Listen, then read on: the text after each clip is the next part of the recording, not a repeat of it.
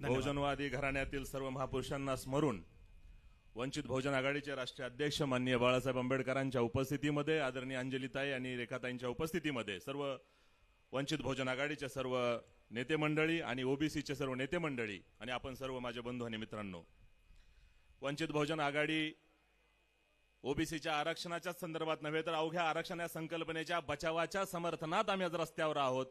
आणि गेली 15 दिवस ज्या पद्धतीने चैत्यभूमीपासून औरंगाबाद पर्यंतचा हा प्रवास आमचा झालाय, या सगळ्या प्रवासाच्या दरम्यानच्या काळामध्ये एक मानवतावादी विचार घेऊन आम्ही ज्या पद्धतीने रस्त्यावर उतरलो, आमच्या नेतृत्वाने या वयामध्ये ज्या पद्धतीचा धाडस आणि ज्या पद्धतीची कणखरता दाखवली, सगळ्यात पहिल्यांदा आमच्या नेत्यासाठी एक जोरदार टाळ्या।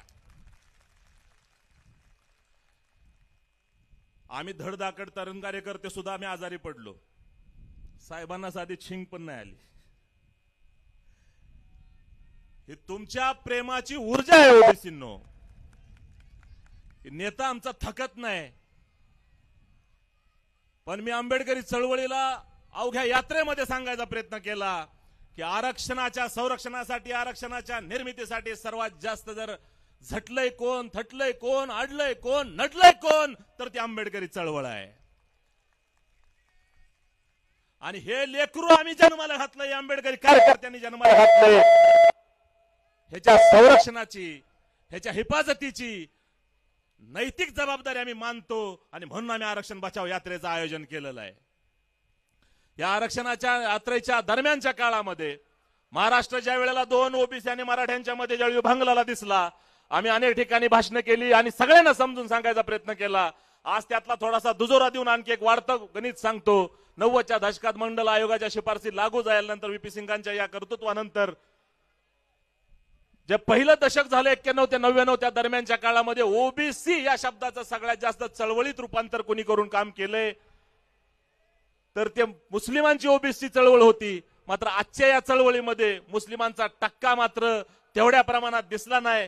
एक मुस्लिम कार्यकर्ता, ओबीसी कार्यकर्ता म्हणून या गोष्टीचं दुःख व्यक्त करत मी मुसलमानांना या मंचावरून खुलं आव्हान करतो कि मुसलमानों, तुम चाहो ना चाहो, आरक्षण के मुद्दे पर तुम्हें अपना स्टैंड क्लियर करना होगा। तुम्हें यह सोचना होगा कि तुम्हें साथ किसका देना है। ये राजनीति है, किसी की बटकी नहीं। ये राजनीति है, ये किसी के हाथ के नीचे की खिलौना नहीं। राजनीति के अंदर हमारी भूमिका हमारे मुस्तकबिल को तय करती है। मुसलमानों, तुम्हें आरक्षण के ताल्लुक से यह फैसला आज करना होगा कि तुम किसके साइड खड़े हो। यह आरक्षण इस दुनिया के अंदर मानवतावाद को आरक्षित करने वाला, मानवतावाद को जिंदा रखने वाला और जो पिछड़े हैं उनको आगे चलने वालों के बराबरी में लाके खड़ा करने वाला ये सबसे बढ़िया और सबसे कीमती नगीना है। हमें इसको जिंदा रखना होगा, इसके हक में बात करनी होगी, हमें इसके लिए झटना होगा, झगड़ना होगा। और तुम्हारा ये फर्ज बनता है कि इंसानियत के खातिर हमारे सबसे ज्यादा पिछड़े हुए कौमों के अंदर से जो भी हमारे लायक लोग हैं उनको हमें आगे खींचना है, आगे लाना है। तो उसके लिए हम सबको इस आरक्षण की संकल्पना के ऊपर रास्ते पे उतरना होगा।